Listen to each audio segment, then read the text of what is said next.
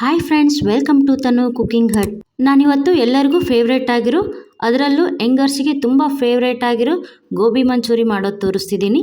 ನೋಡೋಣ ಬನ್ನಿ. ಗೋಬಿ ಮಂಚೂರಿ ಮಾಡಲು ಬೇಕಾಗಿರುವುದು soya sauce, tomato ketchup, cornflour, cauliflower, ಶುಂಠಿ, ಬೆಳ್ಳುಳ್ಳಿ, ಮೈದಾ ಹಿಟ್ಟು, ಉಪ್ಪು, ಈರುಳ್ಳಿ, ಕೊತ್ತಂಬರಿ, ಅಚ್ಕಾರದ ಪುಡಿ ಹಾಗೂ ಎಣ್ಣೆ. ಮೊದಲು ಕಾಲಿಫ್ಲವರ್ನ ಬಿಸಿನೀರಲ್ಲಿ ತೊಳ್ಕೊಳ್ಬೇಕು. ಗ್ಯಾಸ್ ಆನ್ ಮಾಡಿ ಪಾತ್ರೆ ಇಟ್ಟು ಅದಕ್ಕೆ ನೀರು ಹಾಕಿ ನಂತರ ಸ್ವಲ್ಪ ಉಪ್ಪು ಹಾಕಿ ನೀರು ಕಾದ್ಮೇಲೆ ಬಿಡಿಸಿರೋ ಕಾಲಿಫ್ಲವರ್ನ ಹಾಕ್ತಿದ್ದೀನಿ. ಸಾಮಾನ್ಯವಾಗಿ ಕಾಲಿಫ್ಲವರಲ್ಲಿ ಹುಳುಗಳು ಇರುತ್ತೆ, ಹಾಗಾಗಿ ಉಪ್ಪು ಬಿಸಿನೀರಲ್ಲಿ ಹೀಗೆ ತೊಳೆಯೋದ್ರಿಂದ ಹೋಗುತ್ತೆ. ನಾನಿಲ್ಲಿ ಮೊದಲೇ ಒಂದು ಬಾರಿ ತಣ್ಣೀರಲ್ಲಿ ಕಾಲಿಫ್ಲವರ್ನ ತೊಳೆದಿಟ್ಟಿದ್ದೆ. ಈಗ ಮತ್ತೆ ಬಿಸಿನೀರಲ್ಲಿ ತೊಳಿತಿದ್ದೀನಿ. ಹೀಗೆ ಚೆನ್ನಾಗಿ ಮಿಕ್ಸ್ ಮಾಡಿ ಒಂದು ಸ್ವಲ್ಪ ಕುದ್ಮೇಲೆ ಒಂದು ಬೇಸನ್ಗೆ ತೆಗಿತಿದ್ದೀನಿ.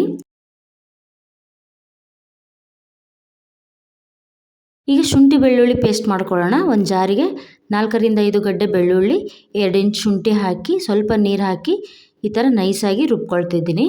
ನೋಡಿ, ಈ ಥರ ರುಬ್ಕೊಳ್ಬೇಕು. ಈಗ ಎಣ್ಣೆ ಕಾಯೋಕ್ಕಿಟ್ಟು ಹಿಟ್ಟನ್ನ ಕಲಿಸ್ಕೊಳ್ಳೋಣ.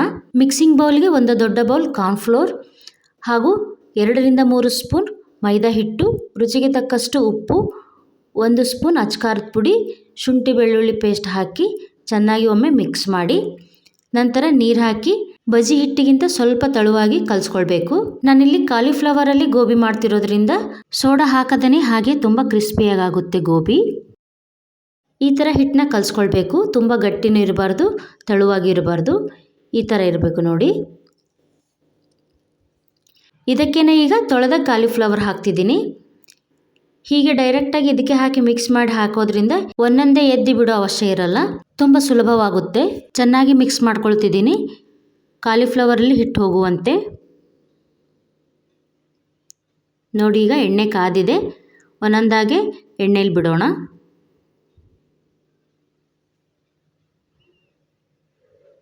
ಗೋಲ್ಡನ್ ಬ್ರೌನ್ ಆಗುವವರೆಗೂ ಚೆನ್ನಾಗಿ ಕರೆದು ಈಗ ತೆಗಿತಿದ್ದೀನಿ.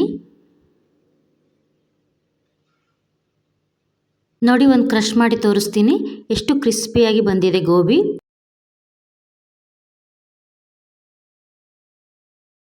ಈಗ ಗೋಬಿಗೆ ಒಗ್ಗರಣೆ ಹಾಕೋಣ.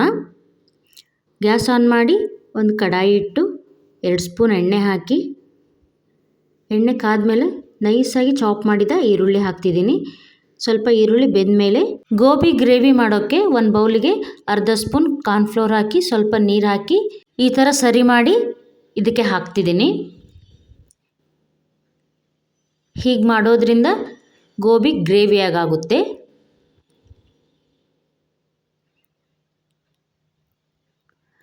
ನಂತರ ಅರ್ಧ spoon soya sauce, 1 spoon tomato ketchup ಹಾಕಿ ಚೆನ್ನಾಗಿ ಮಿಕ್ಸ್ ಮಾಡಿ.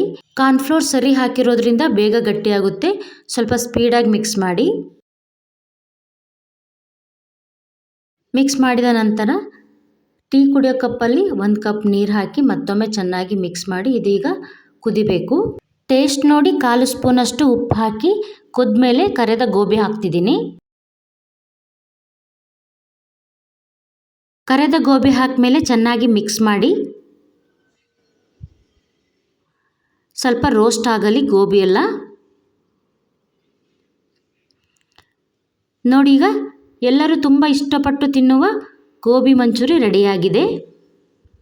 ಒಂದು ಪ್ಲೇಟಿಗೆ ಹಾಕಿ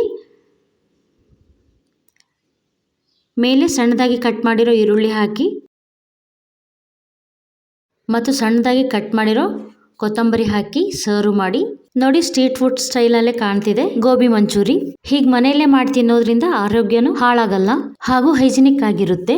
ಹಾಗಾದರೆ ಹೊರಗಡೆ ಹೋಗಿ ತಿನ್ನೋದಕ್ಕಿಂತ ನಾ ಮಾಡಿ ತೋರಿಸಿರೋ ಈ ಥರ ಗೋಬಿ ಮಂಚೂರಿನ ನೀವು ಸಹ ಮನೆಯಲ್ಲೇ ಮಾಡಿ ಟೇಸ್ಟ್ ಮಾಡಿ ಹೇಗೆ ಬಂದಿದೆ ಅಂತ ಕಮೆಂಟ್ ಮಾಡಿ, ಲೈಕ್ ಮಾಡಿ, ಶೇರ್ ಮಾಡಿ, ಫಾಲೋ ಮಾಡಿ.